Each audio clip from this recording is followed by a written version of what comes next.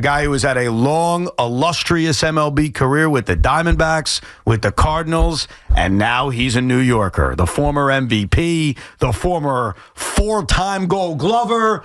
I know him as Goldy Tiki, the great Paul Goldschmidt. Paul, Tiki Barber, Evan Roberts, welcome to New York. Thanks for coming on, man. Hey, guys. Thanks for having me. Do you feel like a New Yorker yet? Or do you have to play regular season games, live in the city before it's truly going to be like, all right, I'm a New Yorker? I think a little bit of both.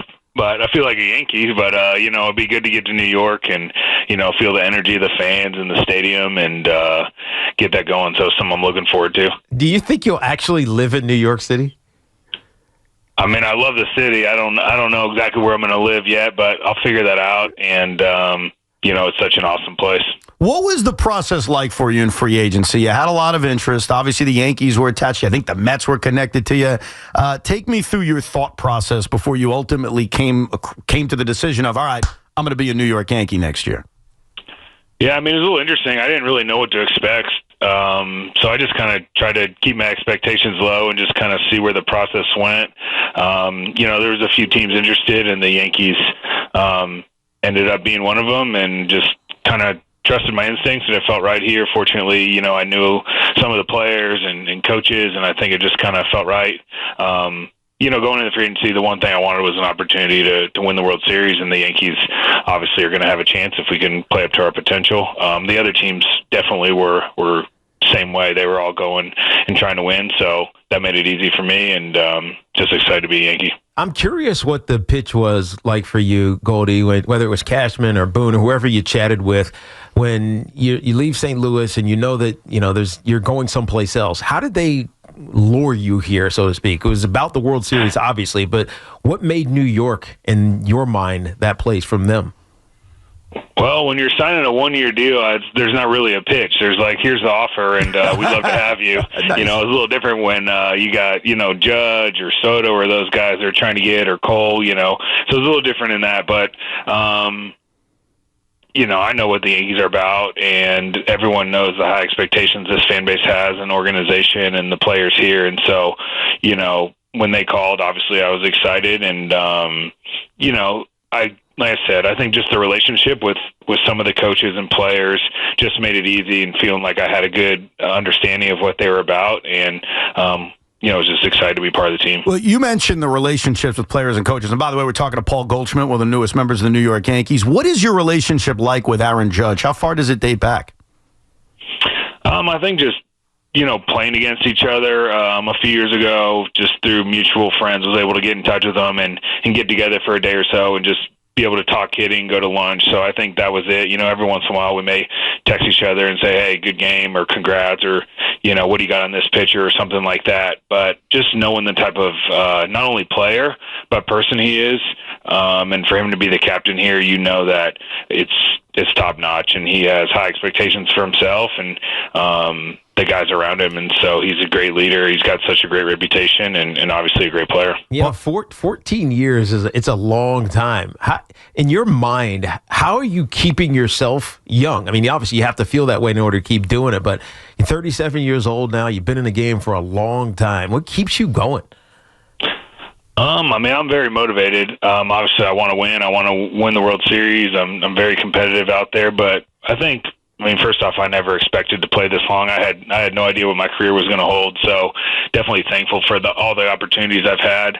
But saying that, I also think just staying focused on the day-to-day. I'm not trying to look too far ahead. I really just focus on my work and the stuff I can control. I want to show up in the cage and do everything I can to prepare, take the right amount of swings and my right amount of ground balls, whatever I need to do. Some days that's more, some days it's less, but that's kind of been my goal, is just I'm going to put everything I have into this day and this season, and then, when it's over, we can move on to the next year and not try to look too far ahead, like I said, or even look in the past and just be present where I'm at. The only thing in the past I want to ask you about is last year. Bad first half, really good second half.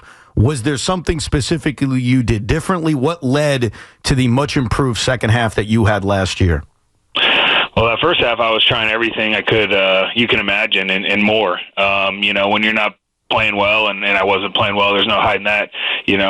I just felt like there was adjustments I needed to make. I would say just the biggest thing was I just wasn't getting to a great position to hit. So as the pitch was coming, I'm trying to make my swing, something just is off, and your body subconsciously starts, making different swings. And, my bat path was just in and out of the zone. I couldn't, drive the ball if I wasn't honestly like perfect with my timing. If I was a little late, it was like a swing and a miss or a pop up a little early as a grounder. And so, I knew that I needed to make those adjustments, but it's not always that easy to do. And so it took months of work, and, thankfully in that second half kind of started moving in the right direction. Then especially the last probably 4 or 6 weeks felt really good. And, that was good. Just going into the off season to feel like, all right, the stuff I worked on started to pay off. I mean, it was definitely frustrating, going through it and not playing well or coming up with guys on base and not getting the job done and us maybe losing games or not winning by as much. But I think the mindset was just to just keep working and just keep doing whatever I can to help us win. And thankful that, I got an opportunity to keep playing and was able to play well near the end of the year.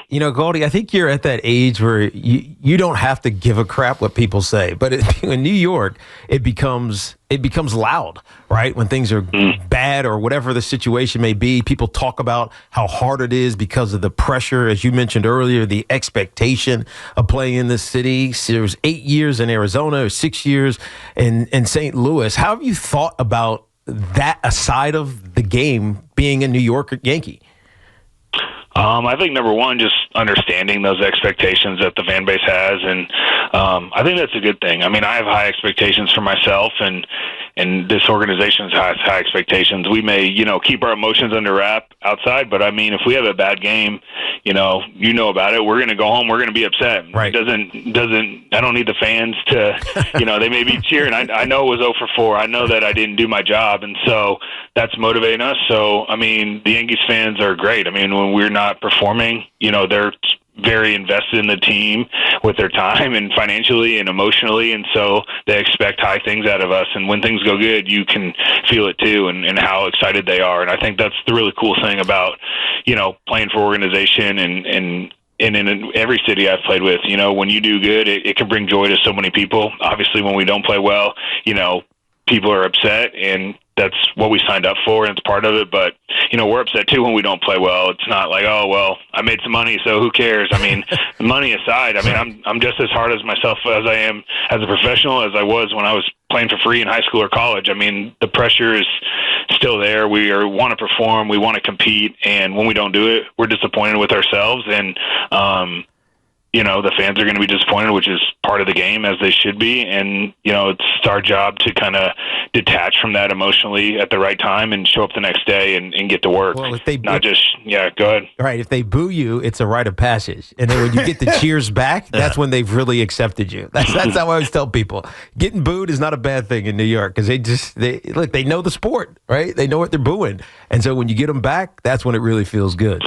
Yeah, I mean, the fans are great there. Like I said, I mean, we boo ourselves in our head, and we're thinking, all those negative thoughts, and then, to compete, you got to detach from those. And like I said, they want us to win. Every fan that shows up there, they have those high expectations like we have for ourselves. So, I mean, that's a good thing in my mind, is you want to be part of an organization, a fan base that wants to win it all, that has those high expectations, because I have those for myself. I have those for my teammates, for this organization, for any team I've ever played with. I want to win the championship. I want to do whatever I can. I want to get as many hits, score as many runs. We want to do that. And, that's the goal. Now we got to, like I said, detach a little bit emotionally, and we got to take the ups and downs, but we got to work, and we know how important it is to the fan base in New York and all around really the world. And we want to go out there and make them proud. We're talking to Paul Goldschmidt. One thing I've always wanted to ask you, you steal a lot more bases than people realize. Are you fast, or are you just sneaky? How have you been able to pull that off throughout your career? I'll say sneaky, and I think I've had really good coaches. I definitely have. So I had guys like Eric Young Sr. when I first got to the big leagues, and even coaches in the minors. They put a high emphasis on base running, not just stealing bases. Same thing. I had a guy named Dave McKay, and they were just really, really emphasize base running. And so whether it's stealing bases, going first to third, scoring from second, all those little things. So I just try to be the best I can at base running and try to put a high priority on it. Have you texted Nolan Arenado saying, come on, waive that no trade and come to New York, try to recruit him a little bit? No one knows how I feel. I'd love to play with him again. It was awesome playing with him for what we played together 3 or 4 years. He's one of my great friends, and he's a great player. So outside of the decisions that the front offices for whatever St. Louis or New York or any other team is going to make, I kind of leave that up to them. And but if something like that were to happen, and whether it's with us or someone else, he's going to make that team better. Yeah, the fan feeling the last week or so has been rough up here because of Giancarlo Stanton's injury. Obviously, we just heard the cold news and Luis Gil. What's it been, the mood or the energy in the clubhouse down there with all of that bad injury news that we've gotten lately? Yeah, I mean, obviously we feel for those guys. But the truth is there's injuries all across the league, and every team's going to deal with it. We're going through it a little bit right now, but hopefully the players are saying, this is good. Like the guys that are going to be healthy, the 26 of us, at opening day, or, the 40-plus guys throughout the year that are moving around, like we still have to do our job, and we can pick up the slack. And, if we're preparing the best we can and putting in the work, then we still got a really good chance to win.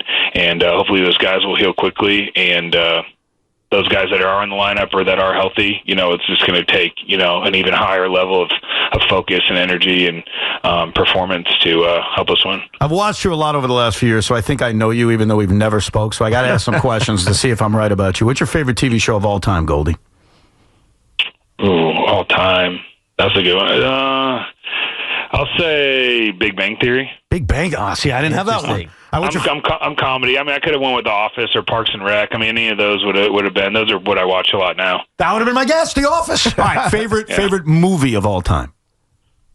Oh, I'd probably say Old School, but I could put Major League up there. Probably one of those two. Nice. This is it. Or Happy Gilmore. And I'm, as you can tell, comedy. I like to laugh. You like to laugh? Well, Goldy, welcome to New York. Best of luck. High expectations for you this season, so go get them. Yeah, thanks. Thanks for having me. I'm excited. Appreciate you, Goldy. Paul Goldschmidt. All right, thank you. One of the newest members of the New York Yankees. He likes to laugh. Yeah, I wrote down, actually, Friends. He does seem like an office guy. Yeah. I don't know why. I wrote down Friends and The Office, and so I was almost right. Right. Because he said The Office. Oh, that's because Friends is you. That's what you wanted. Nah, you're right. Now, I was putting my thoughts above what he actually does. But I think what's very encouraging about Paul Goldschmidt is this. Last year, because we've heard a lot about last year versus this year, right? Shaw made that point at the top. There's no Gleyber Torres. There's no Juan Soto. Garrett Cole's not going to pitch probably at all this year. He did make 17 starts. There's no this. There's no that. Let me tell you something else that's different. All right, I want to walk you through this. Let's say Paul Goldschmidt puts together the same year as last year, which you heard him, not a good year, right? Right. That would still be far and away better than the production offensively and defensively the Yankees got at first base. Now, let's assume that I'm right, that Paul Goldschmidt will build off of his second half and put together a more Goldie-like year. Your production at first base didn't just get a little bit better. It got a lot better. Significantly from last year. Significantly. And if he stays healthy the whole year, that in and of itself is an upgrade from what was happening over the last 2, it feels like. And I don't want to jinx this because I want to be very careful because I do like Paul Goldschmidt.